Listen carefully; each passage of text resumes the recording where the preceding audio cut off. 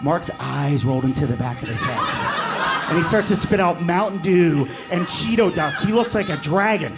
And he starts swinging the joystick in front of his body like a martial arts weapon. And for the first time, I saw fear in my big brother's eyes. He was like, hey, dude, take it easy. And he was like, I hate you! The baby's coming. It's coming.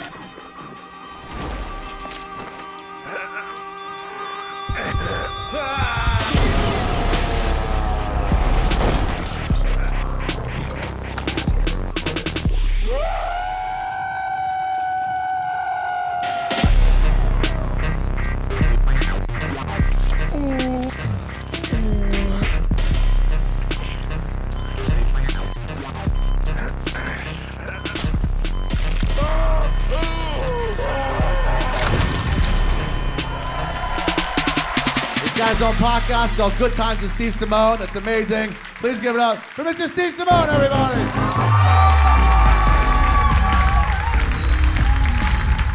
So yeah, I got a story about my family.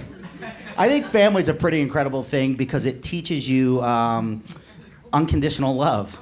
Like seriously, if you think back to your childhood, and if you treated a stranger now as poorly as you treated your brothers, sisters, and cousins, you'd be in jail right now. That's the truth.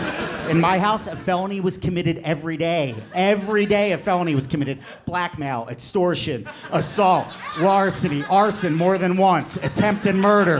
It happened all the time because my big brother was the worst offender. He was a dick, okay?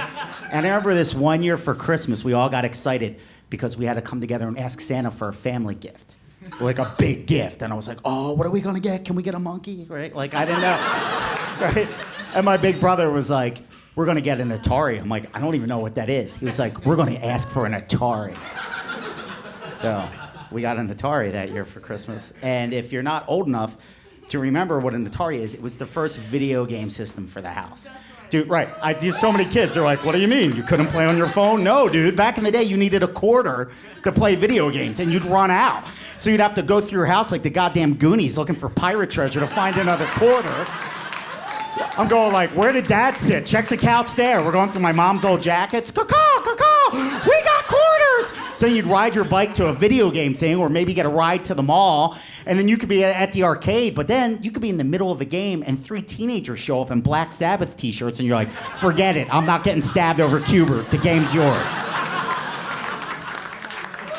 So this Atari was supposed to bring joy into our house. But it didn't.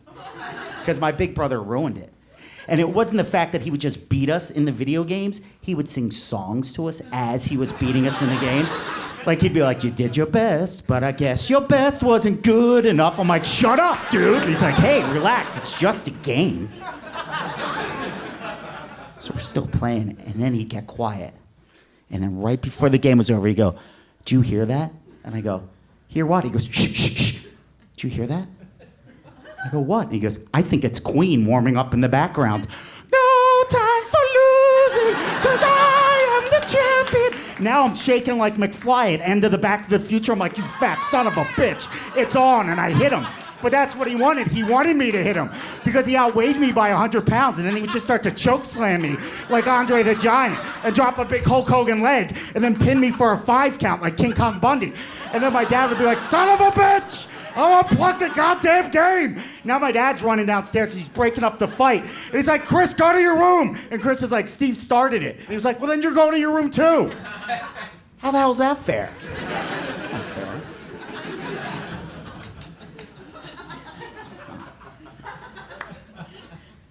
So my little brother knew he could never beat up my big brother. So he decided to get him where it counted. Video game championship of the house. Yes. My little brother became like the Rudy of video games. He would wake up at 5 in the morning when nobody was awake just to practice. He knew where my mom hid all the junk food, so he would steal like a 2-liter bottle of Mountain Dew. Bro, before there was Red Bull or 5-Hour Energy, there was mother effing Mountain Dew, right? Twice the caffeine, twice the sugar. He's drinking it warm, straight out of the 2-liter. He looked like a rapper drinking a 40 of St. Ides back in the 90s. He'd be like, Mountain Dew! Nell's little heart would start getting jacked, and he's ripping open cheese curls at 6 in the morning, shoving Cheetos in his mouth, and that orange and cheese curl dust is floating through the living room like cocaine in The Departed. Do you remember when Nicholson had, he's like, cheese curls, cheese curls? Then he would get excited and backwash it into the Mountain Dew, disgusting, because it looked like a bottle of Goldschlager with like just pieces of stuff floating in there, or like one of those snow globes. So Marky got really good at video games, right? But then some of the kids didn't believe him that he got that good at video games. They're like, why are you lying to make friends? He's like, I did it. So this is how smart my little brother was. He was like, I'm gonna need evidence. So he bought a Polaroid camera to take pictures of the TV set to prove that he beat games and stuff. And then I remember this kid, Jason, was like, we don't believe you. I was like, oh, really? I wish I had something to show you. Boom, right? And everybody's like, oh, that's awesome. And then Jason was like, yeah, well, how do we know you did it? And the next picture is like my older brother hugging the TV, like, I knocked out Mike Tyson, bitch, right? So, Mark got good at games. My big brother doesn't know this, right? A couple years had gone by. I remember this day vividly. Okay. My big brother's on the game console. He's down there, he's warming up. He doesn't know Mark's gotten this good. We are confident. I mean, we come down the steps like Ric Flair and the Four Horsemen confident. Like my older brother's like, woo! You might not like it, but one day you'll learn to love it, fat boy. Let's rock.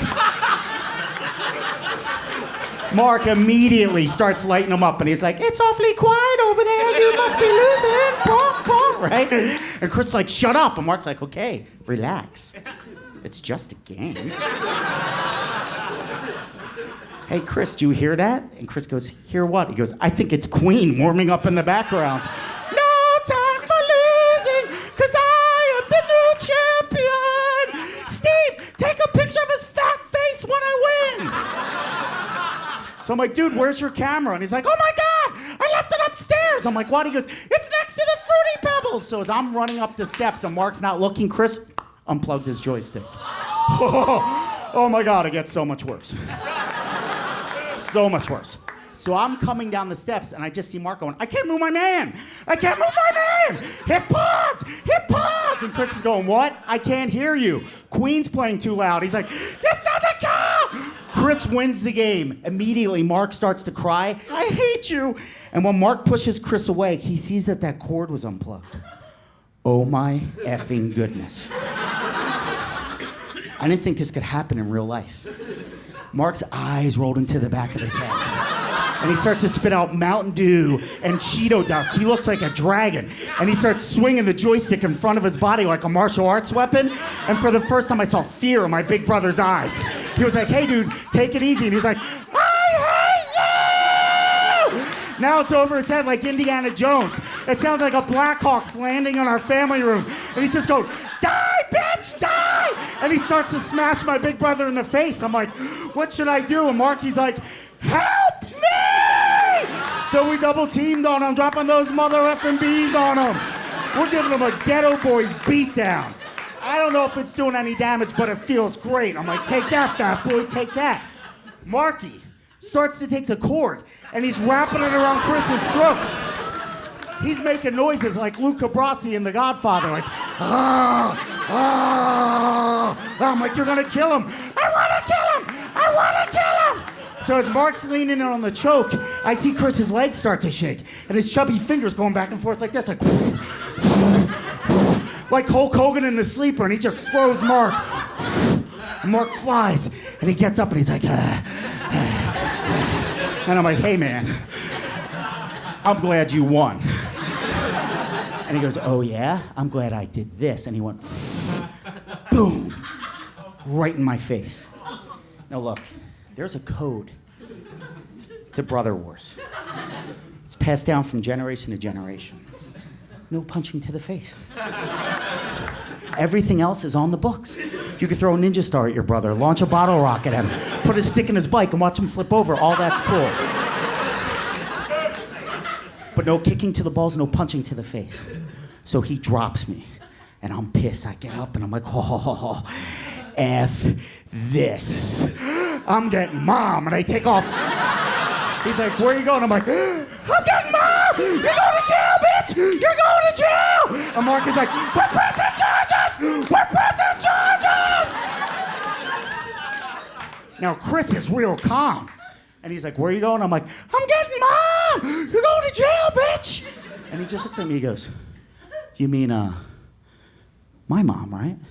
And I went,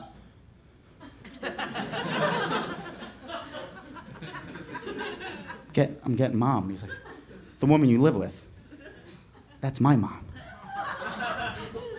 Nobody ever told you that you were adopted?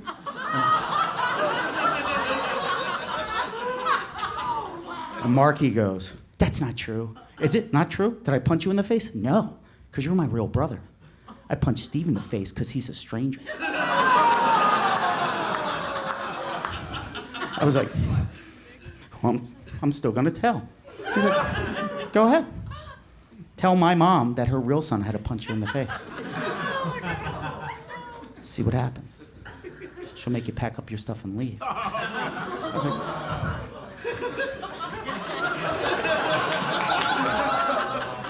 I don't have anywhere else to go.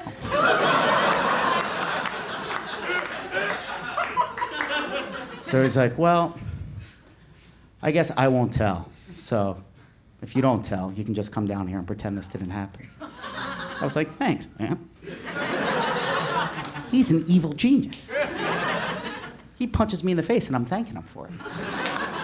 So I didn't have an ending to that story because it happened. Do you know what I mean? Like I was just like, yeah, my big brother was a jerk and had me convinced for a couple of years that I was adopted. Like it happened all the time. We'd always fight. We'd always say the meanest stuff possible. So then I was like, yeah, if I talk about this on stage, people can relate to it, you know?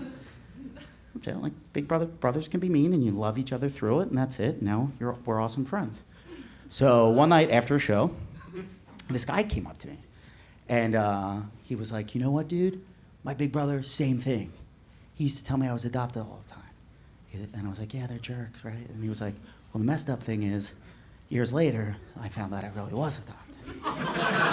Yeah. And here's the thing, though.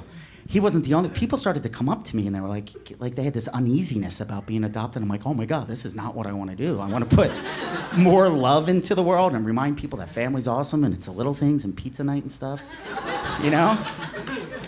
And then the other thing is, like, so I always thought I wanted to adopt kids at some point. Maybe because, in hindsight, my brother told me I was adopted for years.